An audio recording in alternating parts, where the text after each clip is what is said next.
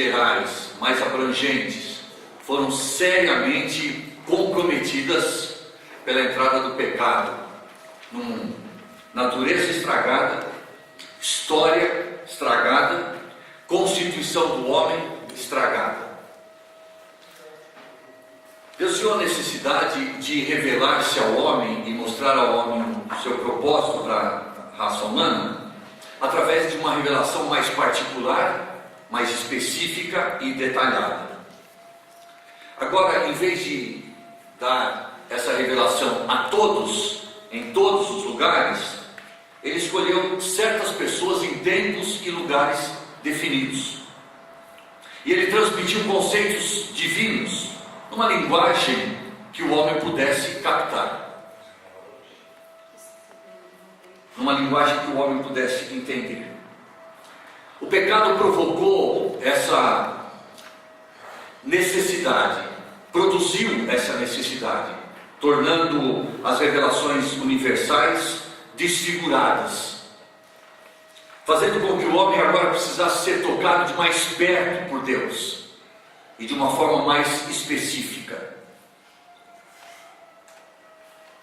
Essas revelações particulares, alguns meios que Deus utilizou para nos dar essa revelação, a Bíblia destaca, por exemplo, uma série de eventos que mostram Deus se revelando. Por exemplo, quando Deus instituiu a festa da Páscoa lá no Egito, Deus queria trazer ao conhecimento do homem certas verdades. A verdade de que todos pecaram, a verdade de que o pecado deve ser castigado e o castigo merecido para o pecado é a morte, a necessidade para se preservar a vida, que alguém morra no lugar daquele que vai ser preservado. Como é que Deus ia revelar ao homem todas essas verdades, todos esses fatos, essas necessidades? Ele começou a fazer revelações mais específicas. Então, essa festa que Deus instituiu, a Páscoa, e é interessante porque em Êxodo 12, ela é chamada a Páscoa do Senhor. E isso mostrou que era Deus revelando certas verdades ao homem. No Evangelho de João, no entanto, quando nós lemos da menção dessa Páscoa, é a Páscoa dos judeus e não mais do Senhor.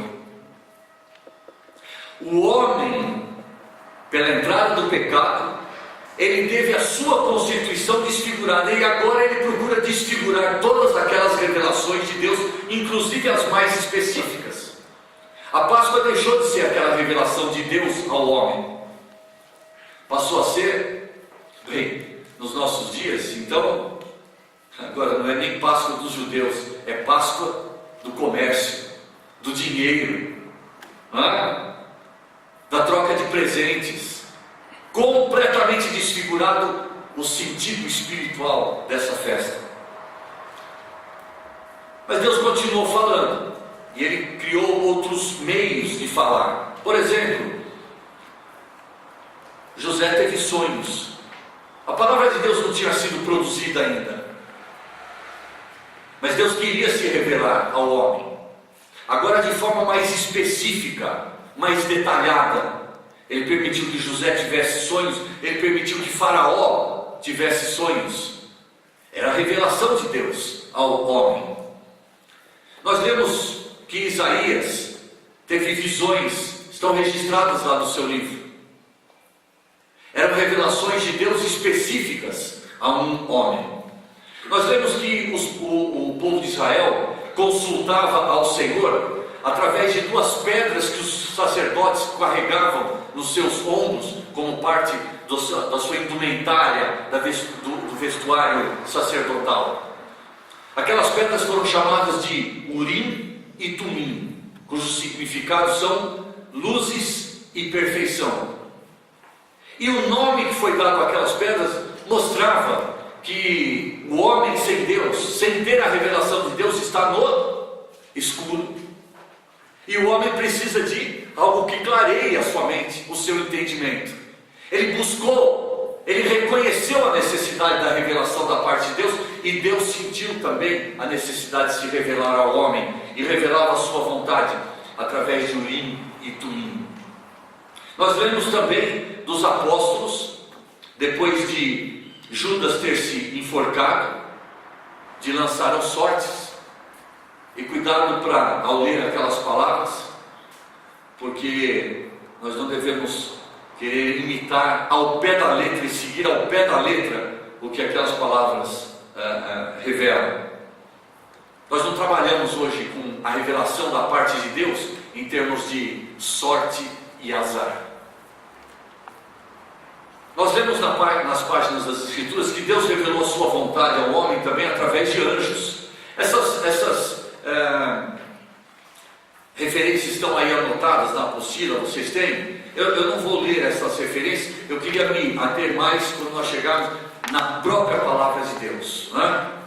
Nós temos teofanias, ou também chamadas de cristofanias, especialmente aquelas registradas no Velho Testamento, quando o anjo do Senhor aparece, e nessas ocasiões a palavra anjo está sempre com letra maiúscula, referindo-se a um anjo em especial. É bom lembrar que a palavra anjo significa mensageiro, e não era um mensageiro qualquer, mas era o mensageiro da parte de Deus, era o próprio Deus se manifestando. Eu gostaria de ler pelo menos uma dessas ocasiões com vocês.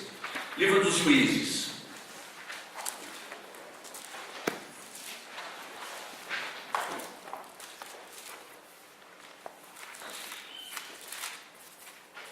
Livro dos Juízes, capítulo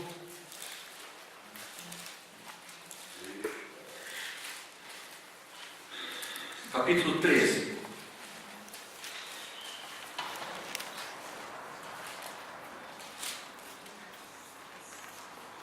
Livro dos Juízes, capítulo 13, versículo 3 diz: apareceu o anjo do Senhor a esta mulher, a mulher de Manoá, uma mulher estéril, portanto não tinha filhos. A palavra anjo aí está com A maiúsculo, certo?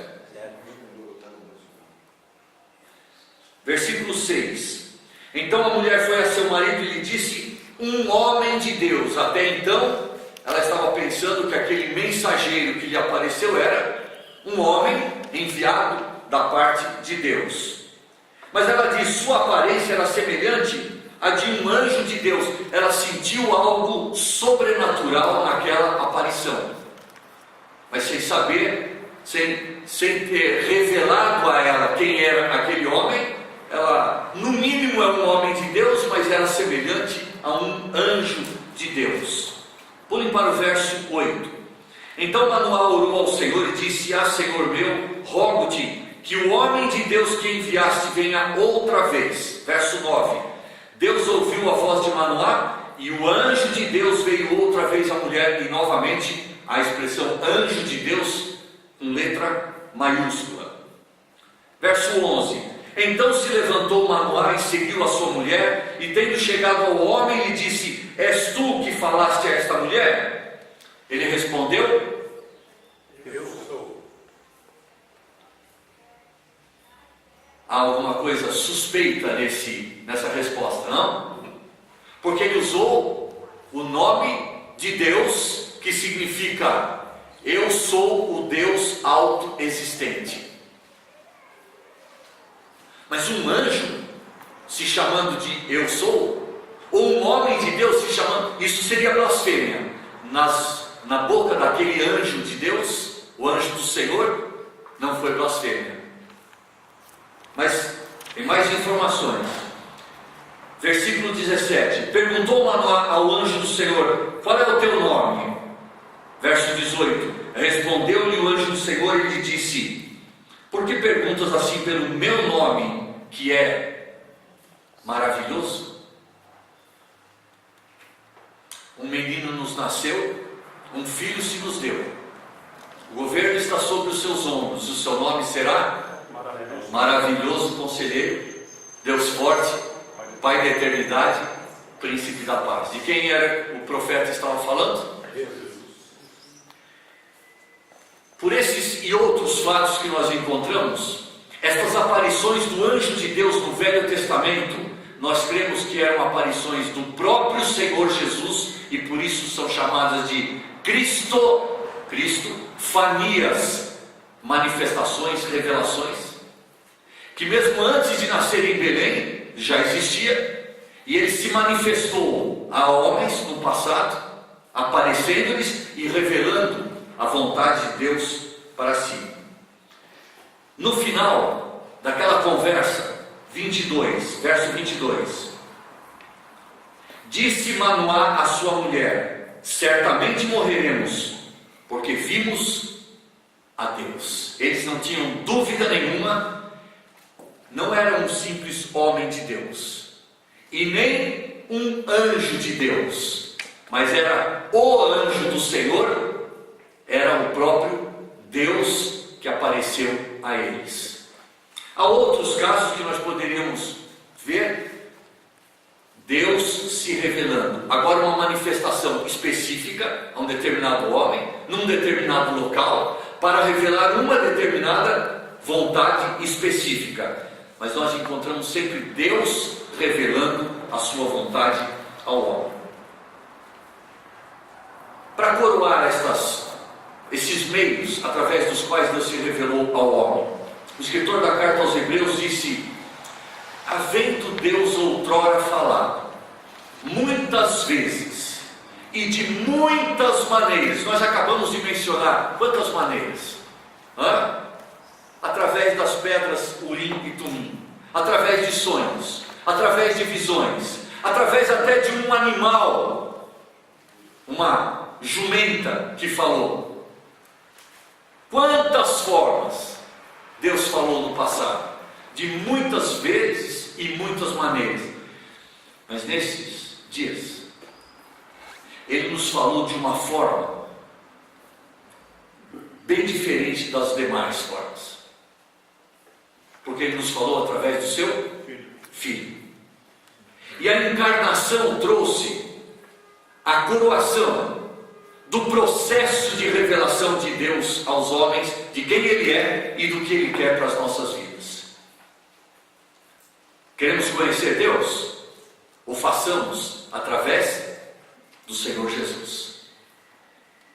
O próprio Jesus disse: quem me vê a mim, vê ao Pai. Filipe, você quer conhecer o Pai? Quem me vê a mim, estou há tanto tempo convosco, Filipe, quem me vê a mim, vê ao Pai. A encarnação trouxe para perto de nós a maior de todas as revelações de Deus, de quem Ele é e o que Ele quer para a nossa vida. E essa revelação foi o seu próprio Filho, Jesus Cristo. Não mais como uma aparição, uma cristofania ou teofania, como lá no Velho Testamento, mas agora acompanhando desde o processo do nascimento. Aquele bebê indefeso, mas que foi chamado de Deus forte. Não é? Aquele bebê que nasceu, mas que foi chamado de Pai da eternidade. Aquele bebê que teve que fugir de um rei que queria matá-lo, mas que foi chamado de Príncipe da Paz. Aquele bebê que aos 12 anos de idade se colocou depois entre os doutores da lei, e quando eles perguntaram, ele respondeu, mas quando ele perguntou, ninguém podia responder, porque ele foi chamado de Maravilhoso Conselheiro. A maior de todas as revelações de Deus para nós. Mas alguém podia dizer: mas o Senhor Jesus Cristo não está mais entre nós. E como é que nós conheceríamos Deus sem ter a figura do Senhor Jesus entre nós? Como? A palavra. De quem é que a palavra fala? Quem é o assunto da palavra? Em João capítulo 5, verso 39, Jesus disse aos judeus: examinais as escrituras e fazeis bem em fazer isso, porque elas testificam de mim. Sabe, na verdade, quando nós lemos o livro de Êxodo, nós não lemos a descrição do tabernáculo e nos contentamos em enxergar uma casa que foi construída para a adoração a Deus. O que é que nós encontramos ali, através da descrição do tabernáculo? Uma pessoa descrita. Quem? Senhor Jesus. O Senhor Jesus. Estudar o livro de Êxodo e nos contentar em ver as dimensões, a descrição de cada móvel, descrição dos materiais que compuseram o tabernáculo, isso é muito pouco, porque nós não estudamos o livro para conhecer o personagem central do livro, que é Jesus Cristo. Quando examinamos o livro de Levítico, e se no livro do Êxodo nós vemos o tabernáculo sendo construído, em Levítico nós vemos o tabernáculo agora sendo usado, e os sacrifícios sendo realizados ali. E nós vemos um após outro animal sendo morto, um para uma determinada finalidade, o holocausto, outro como oferta pacífica, outro pela culpa do pecado, outro por pecados de ignorância. Mas se nós não enxergarmos ali vários aspectos do sacrifício maior que Cristo realizou ali na cruz do Calvário, nós não estudamos o livro com profundidade. Examinais as Escrituras, disse o Senhor Jesus, e a palavra examinar significa não dar aquela passada de olhos superficial.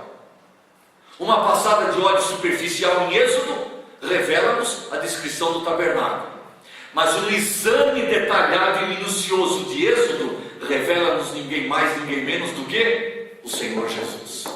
Diga. Davi, quando nós olhamos para a revelação do Senhor Jesus pela palavra, como ele diz, conhecereis a palavra, porque elas realmente retratavam o Senhor, lembramos que ele estava falando para os judeus que só tinham o Velho Testamento.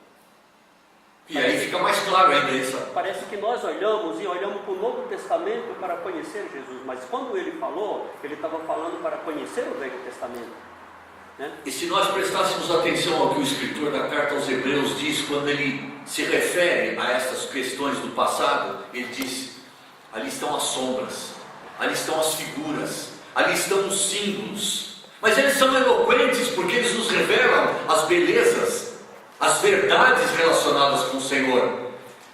Depois de olhar os símbolos e as sombras e as figuras do passado, aí nós olhamos os evangelistas descrevendo a vida, o ministério, as ações do Senhor. Aí nós dizemos: bem que aqueles símbolos nos preveniram a respeito dele, não é? Mas eles colocaram uma sombra do que era.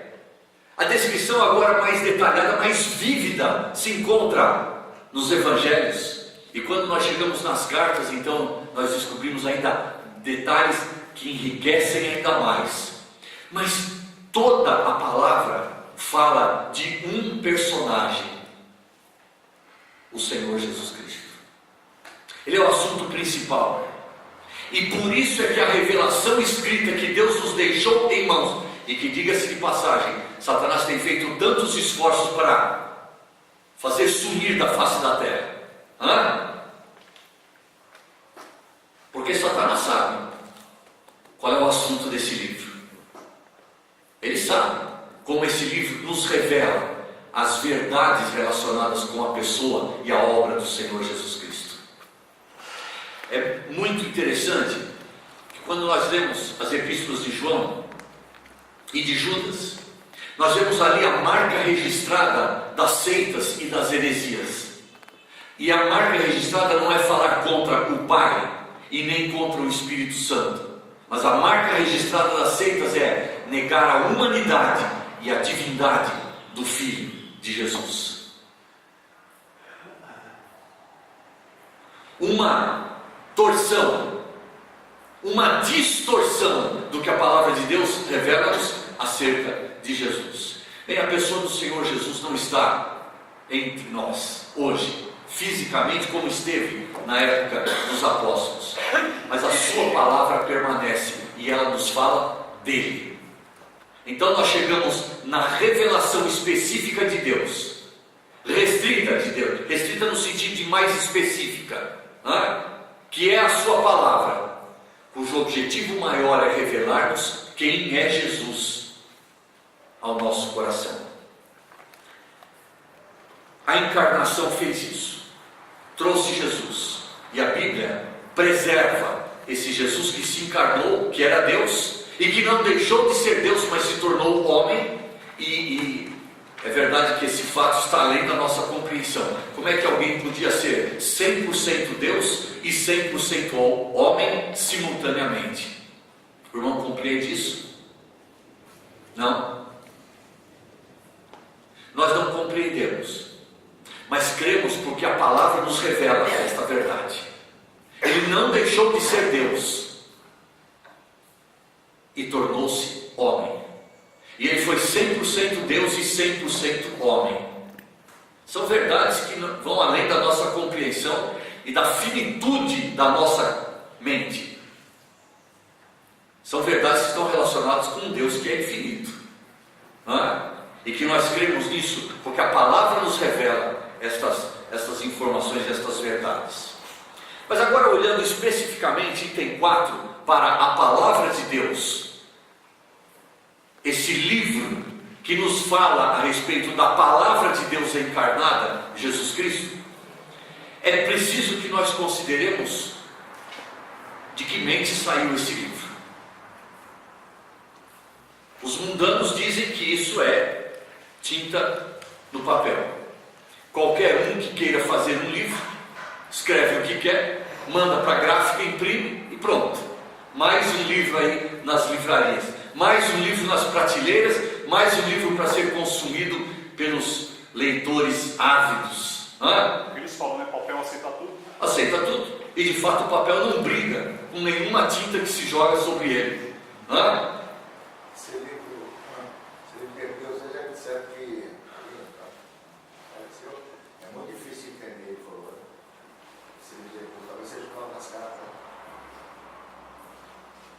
Merece credibilidade de fato esse livro ou não? Bem, vamos tratar um pouco da inspiração desse livro. Porque a inspiração, e a própria palavra de Deus afirma essas verdades, ela nos mostra quem é a fonte desse livro, endereçado a nós como revelação de Deus, mas uma mente, uma fonte fidedigna, digna de toda a credibilidade, de toda a nossa confiança. Vamos para o versículo clássico que mostra essa inspiração. Vocês conhecem de cor, mas vamos lá. 2 Timóteo, capítulo 3.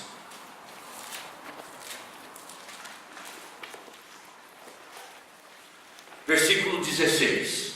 Quem vai ler para nós? Toda escritura é inspirada por Deus e útil para o ensino, para a repreensão, para a correção e para a educação na justiça. Na parte da manhã foi focalizada a importância do versículo 7. Uma vez que essa ferramenta é conhecida, do versículo 17, uma vez que essa ferramenta é conhecida e ela é aplicada de forma sábia, dentro da vontade de Deus, no tempo de Deus, ao modo de Deus, ela vai produzir um homem perfeito, quer dizer, maduro, e maduro o suficiente para exercer toda boa obra.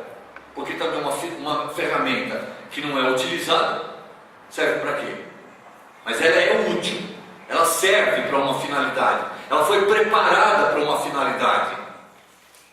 E quando bem utilizada, ela cumpre essa finalidade. Mas eu quero agora me ater à expressão: toda a Escritura é inspirada por Deus. A versão corrigida traz uma tradução um pouco falha, incompleta. A versão corrigida diz: toda Escritura divinamente inspirada é útil. E isso é uma meia verdade. Por que uma meia verdade? Porque cremos na inspiração divina da Bíblia e por isso ela é útil para estas finalidades que ela se oferece.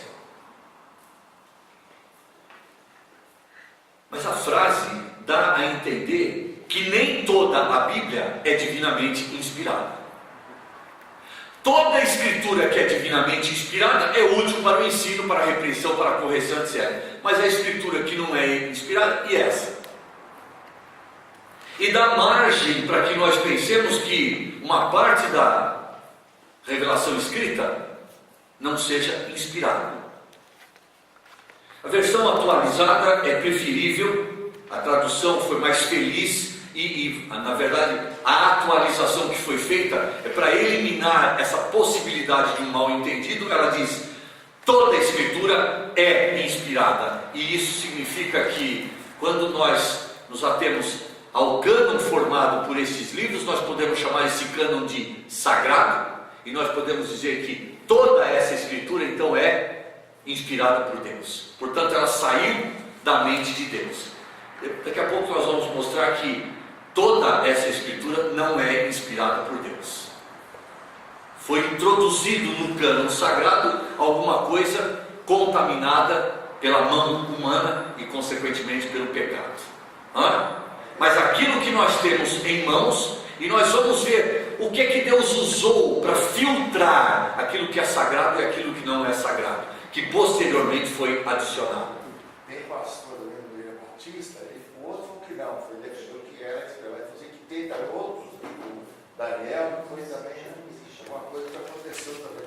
Pois é, esses acréscimos aí não podem ser chamados de inspirados, não é? Agora, o que quer dizer isso daí? Essa palavra inspirado é usada no nosso dia a dia com um sentido, né?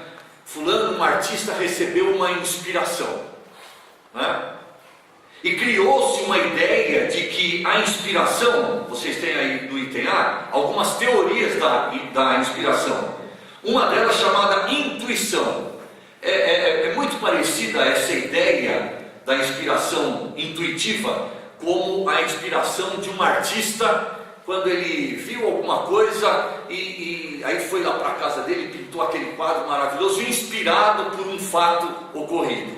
Na verdade, ele já tinha uma sensibilidade artística grande, e algum fato acentuou ainda mais essa sensibilidade e o levou a produzir uma obra artística. Isso é verdade em relação à confecção das Escrituras? Não, não. Os escritores não eram artistas sensíveis e com um toque do Espírito Santo tiveram essa sensibilidade aumentada, intensificada, absolutamente. E esse não é a inspiração que nós cremos. Uma outra teoria de inspiração chama de iluminação. É muito parecida com essa inspiração artística, mas agora coloca um elemento divino no meio. Diz que essa sensibilidade dos escritores foi aumentada pela intervenção do Espírito Santo. Refutamos também essa ideia. Não é questão de o grau de sensibilidade, é a questão de ter ou não ter a sensibilidade. É muito mais sério. Os escritores sacros, eles não foram iluminados no sentido de terem a sua sensibilidade aguçada pela ação do Espírito Santo. Uma outra teoria é a inspiração dinâmica, que diz que o humano expressou de forma livre os pensamentos de Deus. Portanto, Deus guiou os escritores para escreverem um determinado assunto, mas deixou-os em liberdade, escrevam como vocês quiserem isso daí. E nós não queremos que isso também aconteceu. Uma outra maneira uma outra teoria criada para explicar a inspiração é a do ditado. Deus disse aos escritores: senta aí, pega a pena, parágrafo. E ele foi ditando palavra por palavra e os escritores foram escrevendo. Não cremos também nisso e nós já vamos dizer por quê. Se Deus fizesse isso, nós, ou pelo menos os entendidos nas línguas originais, observariam um único estilo ao ser escrito.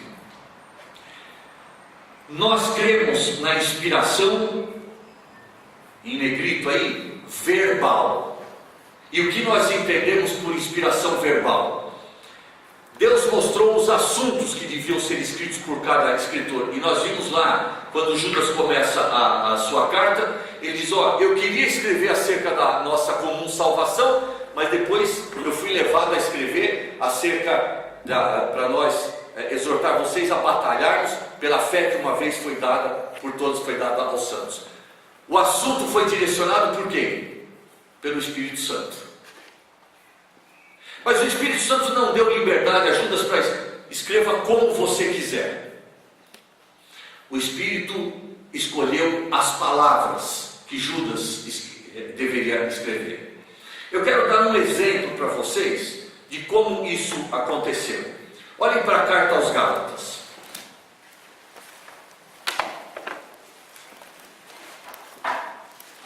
Capítulo 1 da carta aos Gálatas.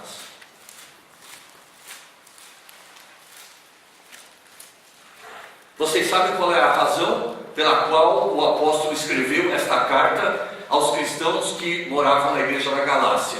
Ele pregou o evangelho ali naquela região e fundou muitas igrejas. Mas, ausentando-se e indo trabalhar em outra região, infiltraram-se nas igrejas da Galácia falsos mestres que estavam dizendo: olha, Paulo não pregou o evangelho completo. É verdade, vocês têm que crer em Cristo como Salvador, mas vocês têm que complementar isso. E aqueles mestres falsos, judaizantes, estavam levando os cristãos da Galácia a voltarem-se para a prática da lei. Circuncisão, por exemplo, era uma coisa que eles diziam: se não for circuncidado não pode ser salvo. Outra coisa, vocês devem guardar determinados dias, os dias estabelecidos lá nos tempos do Velho Testamento, nos quais Israel deveria celebrar as festas judaicas. E os cristãos foram ensinados a voltarem à prática do judaísmo. O apóstolo, sabendo disso, escreveu a carta aos Gálatas para refutar esse falso evangelho que estava anunciado e para reafirmar aquele evangelho que ele tinha pregado entre eles, que era o evangelho verdadeiro. Salvação é pela graça de Deus e pela fé em Cristo, ponto. O resto é resto. O resto é judaísmo. Isso não salva, porque a lei, na verdade, nunca salvou ninguém. Agora olhem o que ele diz. E notem como o Espírito dirigiu o apóstolo Paulo a escolher as palavras corretas. Verso 6 do capítulo 1. Admira-me que estejais passando tão depressa daquele que vos chamou na graça de Cristo para outro evangelho. Eu quero chamar a atenção para essa palavra outro. Verso 7. O qual não é outro. Quero chamar a atenção para essa outra palavra outro. Mais uma vez ela aparece. Senão que há alguns que nos perturbam e querem perverter o evangelho de Cristo. Na língua portuguesa, a palavra é outro no verso 6 e é outro no verso 7. Mas no grego, a língua em que foi escrita, a palavra no verso 6, traduzida para o português outro, é a palavra héteron. E a palavra no verso 7, traduzida para o português também outro, é a palavra grega alo. Elas são palavras diferentes. É outro, mas uma quer dizer outro do mesmo tipo, a outra quer dizer outro de um tipo diferente. Deixa eu exemplificar. Vamos supor que o nosso irmão Carrasco, ele abre uma sorveteria. E um dia eu passo lá e falo assim: vem experimentar esse sorvete que é um sabor novo que eu estou preparando aqui. O que você me diz desse sabor? Aí ele me dá um sorvete daquele sabor novo e eu experimento e não gosto. Aí ele fala assim: você quer outro? Eu diria: eu quero um hétero. É outro, mas é um outro de um tipo diferente, porque esse eu não gostei. Entendeu? Eu quero outro, mas um outro diferente, porque esse daqui não me agradou ao sabor. Muito bem. Mas se eu gostasse daquele sorvete e eu chupasse o sorvete rapidamente, ele falou: você quer outro? E eu dissesse: eu quero outro alho. Aí ele ia saber que eu gostei e eu quero outro do mesmo tipo. Entenderam? Em português, outro é outro. No grego, hétero é um outro de tipo diferente. Alo é um outro do mesmo tipo. Então agora voltem para o verso 6. Admira-me que estejais passando tão depressa daquele que vos chamou na graça de Cristo para um outro evangelho de um tipo diferente, hétero, o qual não é outro, não é um evangelho do mesmo tipo que eu anunciei para vocês. Entenderam agora? Os Gálatas, quando receberam esta carta, eles entenderam na hora. O evangelho que Paulo pregava era um, o evangelho que os mestres judaizantes estão anunciando é outro, de um tipo diferente. E nós temos que abandonar esse outro do tipo diferente e nós temos que voltar ao evangelho que o apóstolo tinha pregado aqui entre nós. Agora, quem foi que falou para Paulo, no verso 6, use a palavra hétero, e no verso 7, use a palavra alo? Quem foi que inspirou o apóstolo Paulo? Toda escritura é inspirada por Deus. Então notem, por inspiração verbal, nós cremos que Deus não só guiou os escritores sagrados na escolha do assunto, mas Deus guiou-os também na escolha das palavras específicas para tratarem daquele assunto. Então isso é um ditado? É um ditado? Não.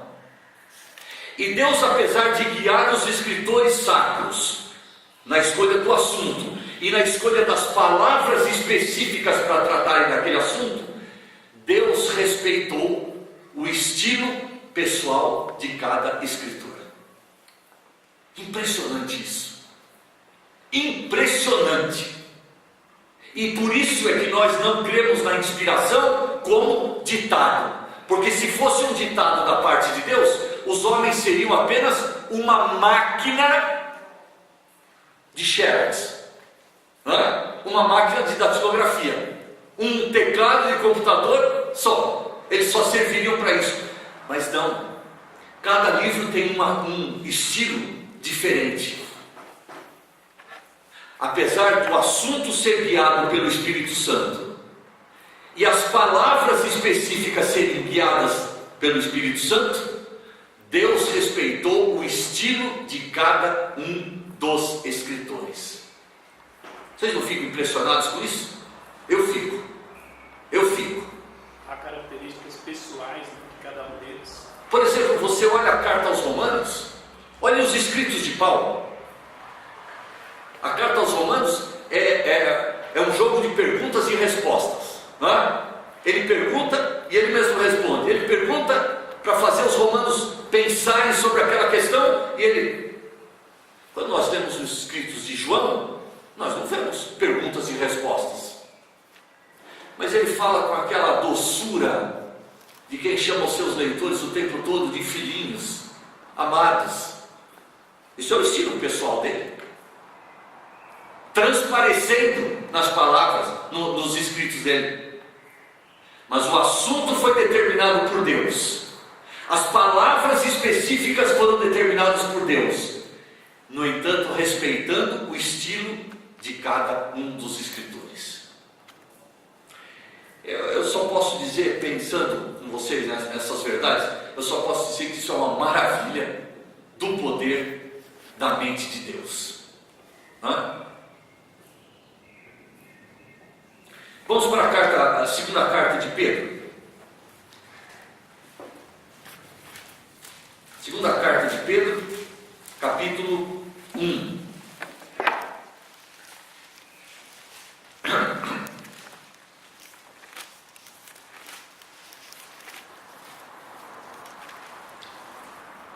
Versículos 20 e 21.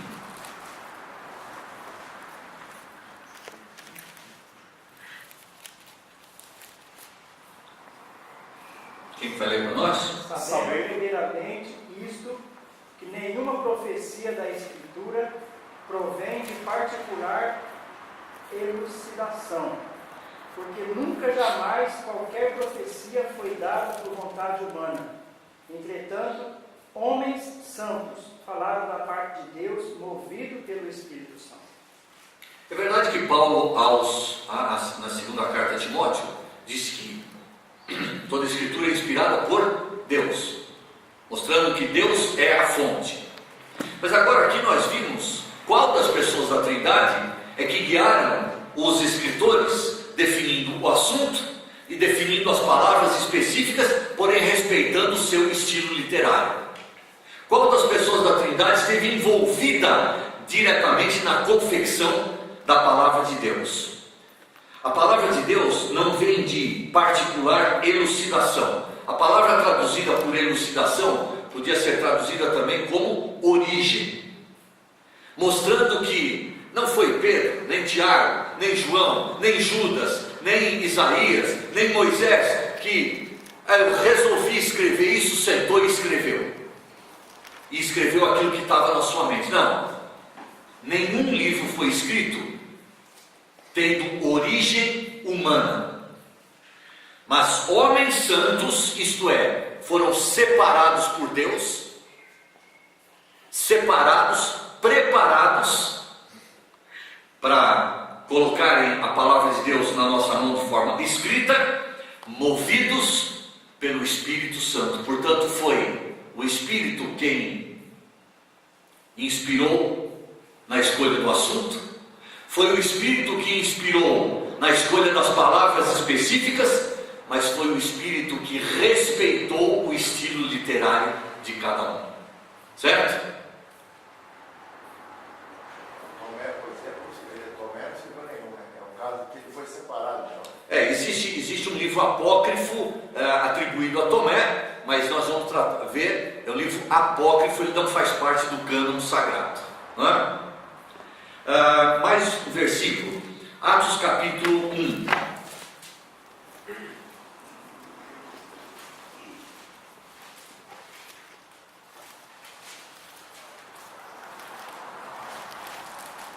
Versículos 15 e 16. Quem vai ler para nós?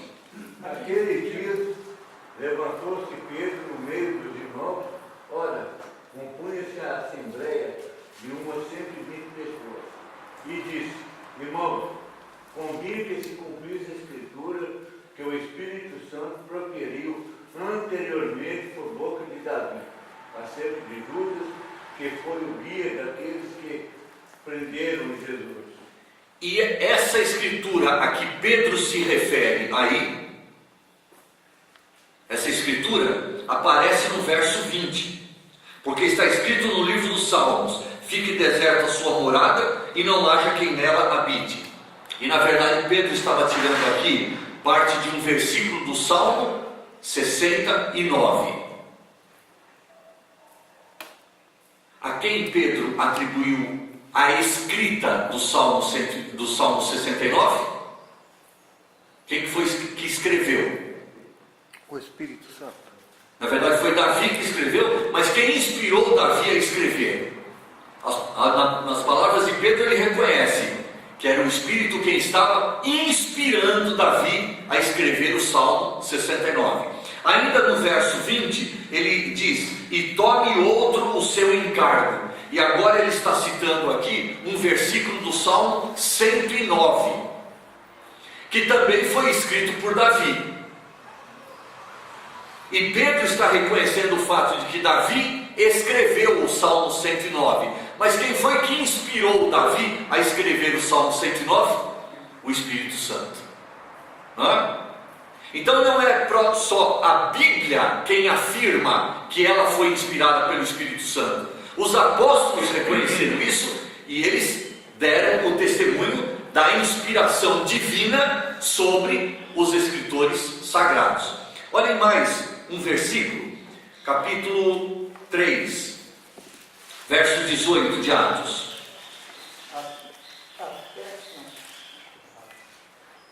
Atos capítulo 3. Mas Deus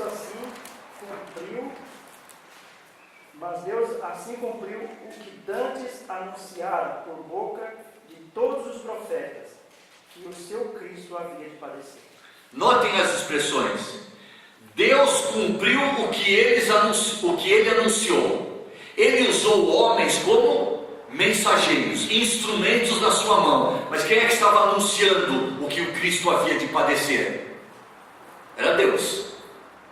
Isso é uma outra maneira que Pedro usa aqui para dizer: os homens foram instrumentos usados por Deus, Mas quem inspirou os homens foi Deus através do seu Espírito. Capítulo 3, então, capítulo 4, verso 25. Que disseste, por intermédio do Espírito Santo, por boca de Davi, nosso pai, teu servo.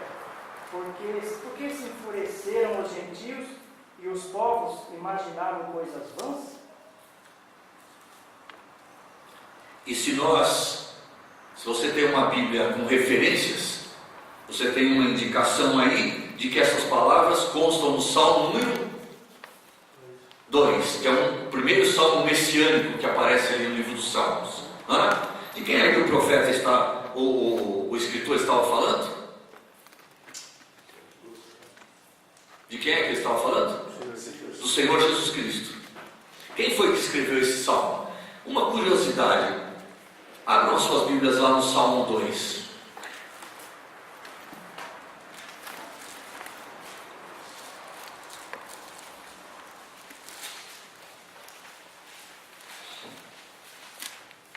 Normalmente, quando nós sabemos quem é o escritor do Salmo, agora eu estou falando escritor, eu não estou falando autor. Vocês enxergam a diferença entre essas duas palavras? Quem é, ou quem são os escritores dos Salmos? Nomeiem alguns. Davi, Moisés, Salomão. Escritores. Quem é o autor do Salmo? Toda a escritura é inspirada por Deus. Ele é o autor, o mentor. Os homens foram instrumentos que Deus usou para escrever. Então a diferença entre autor e escritor. Muito bem. Quando nós sabemos com certeza quem é o escritor do Salmo, nas nossas Bíblias costuma vir embaixo do título o nome do escritor. No Salmo 2 não há. Vocês têm na Bíblia de vocês aí o nome do escritor? Não. Mas voltem lá para Atos capítulo 4. No texto do livro dos Salmos, nós não ficamos sabendo quem é o escritor. Mas na pregação de Pedro, em Atos capítulo 4, nós ficamos sabendo. Que disseste, os irmãos, aliás, não era Pedro, os irmãos estavam falando numa oração a Deus. Tu disseste, por intermédio do Espírito Santo, por boca de Davi. E aí ele cita o Salmo 2. Então, por esta informação, nós ficamos sabendo que o escritor do Salmo número 2 foi Davi. Entendeu? No texto não há essa prova, mas na oração dos irmãos isso está. Alguns têm interpretado essa fala dos irmãos, Atos 4 e 25, da seguinte forma: o livro dos Salmos, de uma forma geral, é atribuída a Davi. Então pode ser que o Salmo 2 não especificamente falando, não foi escrito por Davi, mas como o livro dos Salmos, na sua maioria, é atribuído a Davi, então os irmãos disseram nessa oração como que pertencendo ao livro dos Salmos escritos por Davi, certo? Ou então a gente fica com essas palavras ao pé da letra, nas quais a gente vê afirmado então que o fato de que foi Davi quem escreveu o Salmo 2. Agora o mais importante é notar o seguinte: se foi Davi ou outro escritor humano que escreveu o Salmo 2, quem é o autor do Salmo 2? Os irmãos não tiveram dúvida de reconhecer que a autoria é divina. Tu disseste por intermédio do teu Espírito Santo.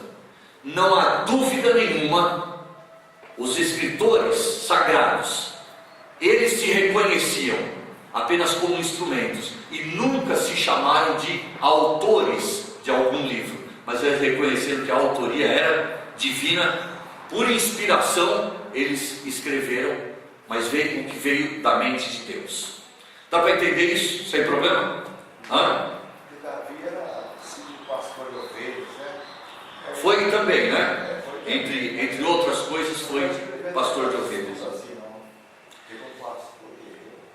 Nós paramos no item B, 4B, na hora de mais um intervalinho. Vamos lá para mais um intervalinho, depois a gente volta a falando a respeito do testemunho dos profetas e do próprio Senhor Jesus acerca da autoria da sua palavra.